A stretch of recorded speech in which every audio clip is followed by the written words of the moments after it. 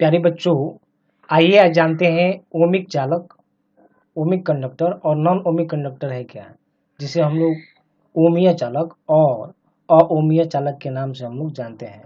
तो बारी बारी से हम लोग समझते हैं कि ये ओमिक कंडक्टर है क्या और नॉन ओमिक कंडक्टर है क्या। ओमिक कंडक्टर हम लोग बोलते हैं, ओमीय चालक हम लोग बोलते हैं वैसे चालक, हम लोग लिख सकते हैं वैसे चालक जो ओम के नियम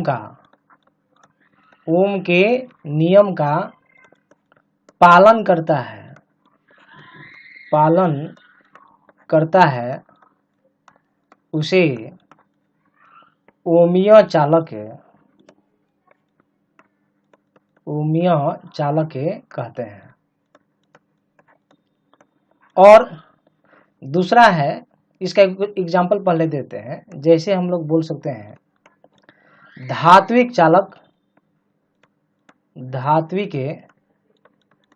चालक और विद्युत अपघट्य जिनसे कम मात्रा में धारा प्रवाहित होती है उसे ओमीय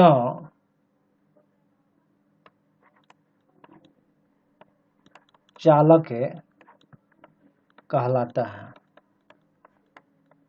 तो देखिए, ये इसका उदाहरण हो जाएगा धात्विक चालक, और क्या हो जाएगा विद्युत अपघट्य। यानी कि इनसे क्या होना चाहिए, कम मात्रा में धारा प्रवाहित होगा। तो कम मात्रा में धारा प्रवाहित होगा तभी यह ओमीय चालक होगा। अगर अधिक मात्रा में धारा प्रवाहित की जाती है तब यह धात्विक चालक या विद्युत अपघट्य भी जो है वह ओमीय चालक नहीं होगा। क्यों नहीं होगा, इसका हम लोग विश्लेषण आगे हम लोग करते हैं। आइए हम लोग दूसरी चीज समझते हैं कि अओमीय चालक हम लोग किसे कहते हैं। तो हम लोग बोल सकते हैं वैसे चालक वैसे चालक हम बोल सकते हैं जो ओम के नियम का पालन नहीं करता है उसे अओमीय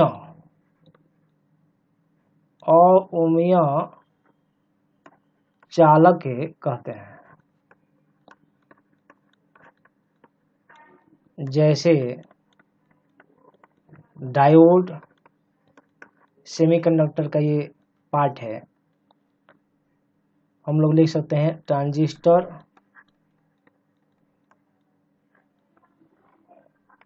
ट्रायोड इत्यादि। तो ये सब कैसे अओमीय चालक है, आइए हम लोग आगे इसका विश्लेषण करते हैं। बच्चों, आइए अब हम लोग जानते हैं कि ओम के नियम की असफलता क्या है, या ओम के नियम की सीमाएं क्या है। ओम का नियम कहाँ फेल हो जाता है, ओम का नियम कहाँ असफल हो जाता है, इसकी सीमाएं क्या है। तो पहला है, विभवांतर धारा के साथ अरैखिक रूप से बदल सकता है। तो रैखिक और अरैखिक का मतलब क्या है, तो पहले यह जानिए रैखिक और अरैखिक का मतलब क्या है। तो यह देखिए, ये वाला जो डॉटेड लाइन देख रहे हैं ये रैखिक है। ये क्या है, रैखिक है। और ये वाला जो हम लोग डार्क लाइन देख रहे हैं ये क्या है, अरैखिक है। रैखिक का मतलब लीनियर यानी कि सीधा रेखा, और रैखिक का मतलब जो है लीनियर नहीं हो, जो सीधा रेखा नहीं हो। तो देख रहे हैं ये वक्र हो गया है, तो ये डार्क वाला कहलाएगा अरैखिक और ये डॉटेड वाला कहलाएगा रैखिक। ठीक है, तो हम लोग समझ गए कि रैखिक और अरैखिक है क्या। अब ये विभवांतर धारा के साथ अरैखिक रूप से क्यों बदलती है, तो यहाँ पर हम लोग का स्टेटमेंट जो है लिखा हुआ है, आप देखेंगे कि कोई भी चालक है और चालक के सिरों के मध्य जब स्रोत आरोपित किया जाता है तो उसे धारा प्रवाहित होने लगती है, और जैसे जैसे समय गुजरता जाता है वैसे वैसे धारा का प्रवाह जो है कम होते जाता है, प्रवाह का जो दर है कम होते जाता है। ऐसा इसलिए होता है क्योंकि जब चालक के सिरों के मध्य हम लोग कोई स्रोत आरोपित करते हैं तो उस चालक के अंदर का जो मुक्त इलेक्ट्रॉन है, ये मुक्त इलेक्ट्रॉन अपने आगे के इलेक्ट्रॉन से टक्कर करती है और टक्कर जो है बाधा होता है और जिससे ऊष्मा की उत्पत्ति होती है। इसलिए विभवांतर धारा के साथ अरैखिक रूप से बदल सकता है। ये सिचुएशन ठीक उसी तरह से जैसे मान लीजिए ये कोई चालक हो गया, यह चालक ले लिए और यहाँ पर हम लोग स्रोत लगा दिए स्रोत। मान लीजिए इधर हो गया प्लस और इधर हो गया माइनस और ये स्रोत है, तो इलेक्ट्रॉन इधर जाएगा, सब इलेक्ट्रॉन इधर जाएगा, इलेक्ट्रॉन इस तरफ जाएगा और धारा का प्रवाह इधर से इधर होगा। ये ए मान लीजिए, ये बी मान लीजिए। तो ये सब जब स्रोत आरोपित करेंगे तब धारा का जो प्रवाह होगा वह धारा का प्रवाह धीरे धीरे समय के साथ कम होते जाएगा। कम इसलिए जाएगा क्योंकि जब स्रोत आरोपित करेंगे तो ये मुक्त इलेक्ट्रॉन जो है अधिकतम वेग से गतिशील होते हैं। ये इलेक्ट्रॉन टक्कर करेगा इसमें, ये इसमें, उसके अगला इसमें, बहुत सारे इलेक्ट्रॉन होंगे और सब एक दूसरे से टक्कर करने लगते हैं, जिससे जो है ऊष्मा की उत्पत्ति हो जाती है, धारा का प्रवाह जो है कम होते जाता है, बाधा उत्पन्न जाता है धारा के मार्ग में। इसलिए हम लोग बोलते हैं विभवांतर धारा के साथ अरैखिक रूप से बदल सकता है। यानी कि जितना हम लोग जो है विभवांतर का मान बढ़ाएंगे उतना अब धारा का मान नहीं बढ़ेगा। जब नहीं बढ़ेगा तब ये लाइन सीधा ना होकर लाइन जो है, रेखा जो है वक्र हो जाएगी। इसे ही हम लोग बोलते हैं कि ओम का नियम यहाँ फेल हो जाता है। और जहाँ ओम का नियम होता है वहाँ पर ग्राफ को जो हम लोग प्लॉट किए हैं वह ग्राफ इस तरह से प्लॉट किए हैं, यानी कि विभवांतर बढ़ाएंगे तो धारा का मान भी बढ़ते जाएगा और ये रेखा सीधी रेखा मिलता है। लेकिन यहाँ ओम के नियम की जो सीमाएं हैं, जो सफलता है, ये सीधी रेखा नहीं मिलती है। यह जो हम लोग ओम का नियम या ये जो ग्राफ प्लॉट करते हैं ये कम धारा के लिए ही ये लागू होता है। लेकिन जब लगातार धारा प्रवाहित की जाती है किसी चालक से या किसी विद्युत अपघट से, ऐसी स्थिति में जो है जो ग्राफ होता है वह ग्राफ सीधा न होकर वक्र हो जाता है। इसलिए विभवांतर धारा के साथ अरैखिक रूप से बदल सकता है। बच्चों आइए हम लोग ओम के नियम की दूसरी सीमाओं के बारे में हम लोग जानते हैं। तो दूसरी सीमा है विभवांतर और धारा के मध्य जो संबंध है विभवांतर के चिन्ह पर निर्भर करते हैं। इसके बारे में हम लोग चर्चा करते हैं।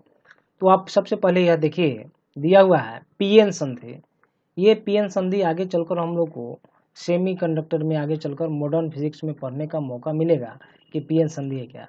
तो पीएन संधि का जो प्रतिरोध होता है वह एक समान नहीं रहता है, नियत नहीं रहता है, अर्थात वह प्रतिरोध का मान जो है बदलते रहता है। और जब प्रतिरोध का मान बदलेगा तब विभवांतर का मान, विभवांतर जो है जब संबंध निकालेंगे विभवांतर और धारा के बीच तो वह भी रैखिक नहीं होगा, रैखिक न होकर जो है अरैखिक होगा। क्योंकि हम लोग ओम के नियम में फॉर्मूला पढ़े हैं V बराबर IR और यहाँ पर R नियत है। R क्या है? नियत है, नियतांक है ओम के नियम में। और यह ओम के नियम का पालन नहीं करता है। इसलिए नहीं करता है क्योंकि प्रतिरोध नियत है। जब प्रतिरोध नियत नहीं है, जब प्रतिरोध नियत नहीं रहेगा, यानी कि प्रतिरोध नहीं नियत नहीं रहेगा, ऐसी स्थिति में जो विभवांतर और धारा के बीच जो संबंध है वह रैखिक न होकर अरैखिक होगा। यहाँ लिखा गया है प्रतिरोध का जो मान होता है वह संधि में प्रवाहित धारा के साथ बदलते रहता है। इसलिए बदलते रहता है कि कोई भी जो हम लोग का सेमीकंडक्टर है, अर्धचालक है, वह अर्धचालक जो है शुरुआत में, प्रारंभ में कुचालक की भांति व्यवहार करता है और जब इसे धारा प्रवाहित की जाती है तब यह प्रतिरोध का जो मान होता है वह प्रतिरोध का मान धीरे धीरे घटता है। प्रतिरोध का मान घटेगा यानी कि प्रतिरोध का मान बदलेगा। जब प्रतिरोध का मान बदलेगा यानी कि उससे धारा धीरे धीरे क्या हो जाएगा? अधिक होगा। इसलिए जो विभवांतर और धारा के बीच संबंध है वह रैखिक नहीं होता है, वह अरैखिक होता है। तो देखिए यहाँ पर ग्राफ में जैसा कि दिखाया गया है, अगर रैखिक होता तो ये ग्राफ सीधा होना चाहिए, एकदम स्ट्रेट होना चाहिए, लेकिन स्ट्रेट नहीं है। ये देख रहे हैं ये हम लोग का कर्व ग्राफ है, वक्र ग्राफ है, देख रहे हैं टेढ़ा ग्राफ है, इसलिए क्योंकि यह अरैखिक होता है। और यहाँ पर इस तरफ भी देख रहे हैं जो है यह भी सीधा नहीं है, यानी कि यहाँ पर भी जो है अरैखिक है। इसलिए ये अरैखिक होने के कारण जो है यह ओम के नियम का पालन नहीं करता है। अब ये चिन्ह का मतलब क्या है? चिन्ह का मतलब है जैसे मान लेते हैं कोई पीएन हम लोग संधि लिए हैं, ये पीएन संधि लिए है, तो पी का मतलब है पॉजिटिव, एन का मतलब है नेगेटिव। तो जब हम लोग जो है कोई बैटरी लिया जाए और बैटरी लेते हैं, जैसे कि ये मान लेते हैं हम लोग बैटरी है और ये पॉजिटिव टर्मिनल है, ये नेगेटिव टर्मिनल है, तो पी का पी के साथ जब जुड़ाव करेंगे, पी का पी के साथ, पॉजिटिव का पॉजिटिव के साथ और नेगेटिव का नेगेटिव के साथ जुड़ाव करेंगे, तो इसे ही हम लोग क्या बोलते हैं, फॉरवर्ड बायस। क्या बोलेंगे, फॉरवर्ड बायस। और फॉरवर्ड बायस को हिंदी में बोलते हैं अग्र अभिनति, अग्र अभिनति कहा जाता है। यानी कि पॉजिटिव से पॉजिटिव टर्मिनल और नेगेटिव से नेगेटिव ना, तो इसको हम लोग बोलते हैं, ये फॉरवर्ड बायसिंग कहलाता है, अग्र अभिनति कहलाता है। और एक होता है, दूसरा होता है उत्क्रम अभिनति। तो उत्क्रम अभिनति हम लोग लेते हैं, यानी कि ये P हो गया और ये N हो गया और ये हम लोग बैटरी लेते हैं, अब टर्मिनल चेंज करते हैं, ये माइनस और ये क्या हो जाता है, प्लस। तो ये P वाला का नेगेटिव के साथ और N वाला का पॉजिटिव के साथ, तो ये चिन्ह बदल दिया गया है, तो इसको बोलते हैं हम लोग उत्क्रम, उत्क्रम अभिनति।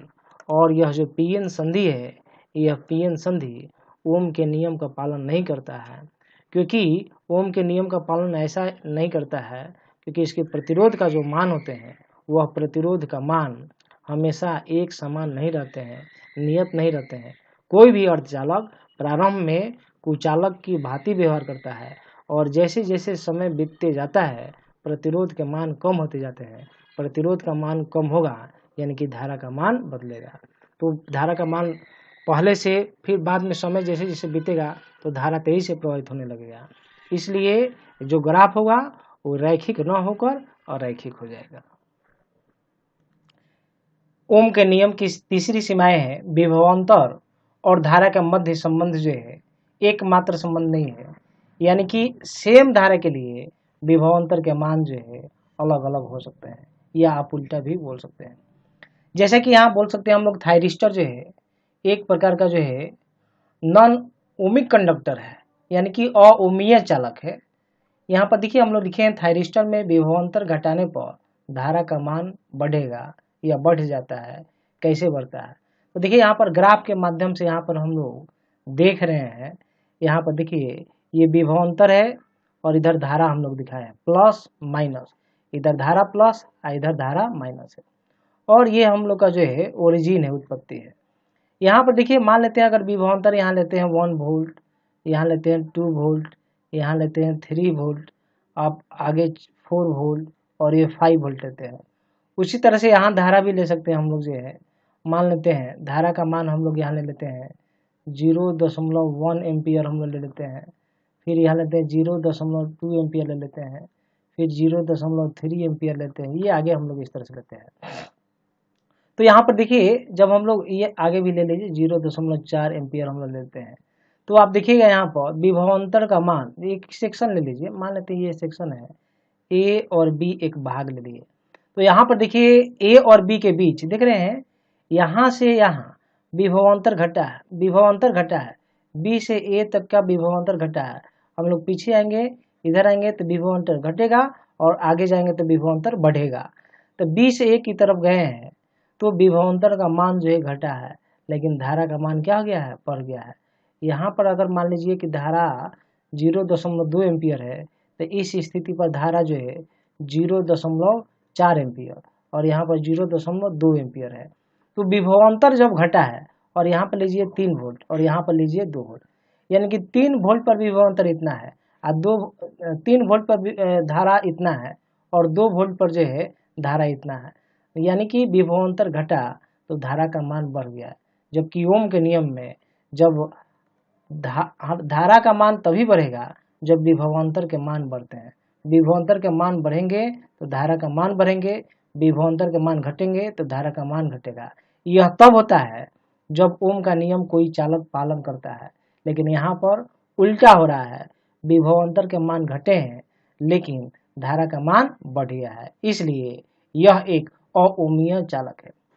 या दूसरी भी स्थिति भी ले सकते हैं। यहाँ पर आप देख सकते हैं ये हम लोग यहाँ पर इसको सीधे लाइन से यहाँ मिलाते हैं, सीधा लाइन से मिलाएंगे तो देखेंगे 2 वोल्ट पर जो है धारा के भिन्न भिन्न मान होंगे।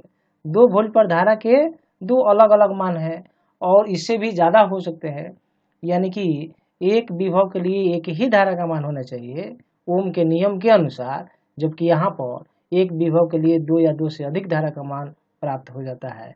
इसलिए यह एक जो है अओमीय चालक है, यानी कि यहाँ भी ओम की जो नियम होती है वह फेल हो जाती है। तो ये हम लोग का हो गया तीसरा संबंध।